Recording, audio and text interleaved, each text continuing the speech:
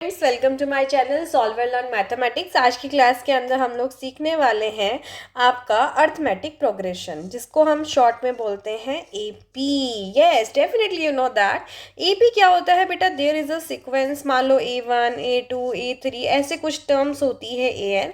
ये एक सीक्वेंस में होता है, जैसे मान लो कि 1 हो गया, 4 हो गया, 7 हो गया, 10 हो गया। तो आपको पता है सब एक सीक्वेंस में चल रही है। कैसे पता चला? जैसे ये जो है आपके पास वो +3 है, यहाँ से भी आपके पास +3 है, यहाँ से भी आपके पास +3 है, तो नेक्स्ट टर्म आपकी क्या होगी? दैट विल बी 13, क्योंकि +3 पर ही होगी बेटा। इसी को हम एक क्या बोलते हैं? प्रोग्रेशन बोलते हैं। ये आपका इंक्रीजिंग भी हो सकता है और डिक्रीजिंग भी हो सकता है। अब मान लो ये नेक्स्ट टर्म तो आप लोगों ने मुझे बता दी यहाँ पर, ओके। अब अगर मैं आपको कहूँ, मतलब this is the first term, second term, third term, fourth term and fifth term, अगर मैं आपसे पूछूं कि इसके 20 नंबर पे, 20 पोजीशन पे क्या वैल्यू आएगी, तो कैसे कैलकुलेट करोगे?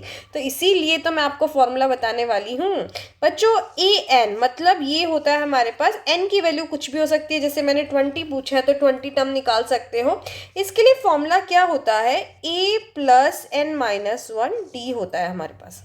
बिल्कुल यही वाला फॉर्मूला होता है। अब आप बोलेंगे मैम A क्या है? बेटा A जो होते हैं दैट इज योर फर्स्ट, इसी को बोलते हैं।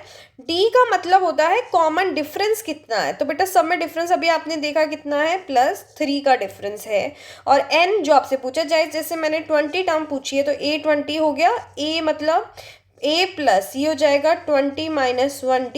ए की वैल्यू रख दे, ए की वैल्यू 1 है। ये 19 हो गया, डी कितना है? 3 है, तो 1 + 57, आंसर कितना आ गया?